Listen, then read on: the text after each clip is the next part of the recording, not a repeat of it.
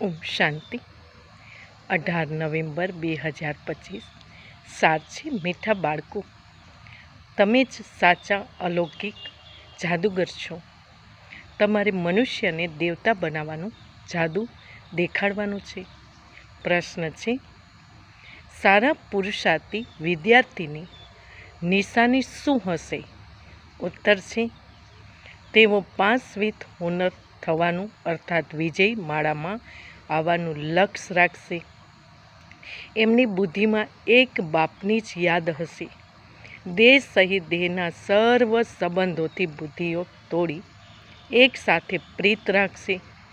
એવા પુરુષાર્થ જ વાળાના દાણા બને છે. ઓમ શાંતિ.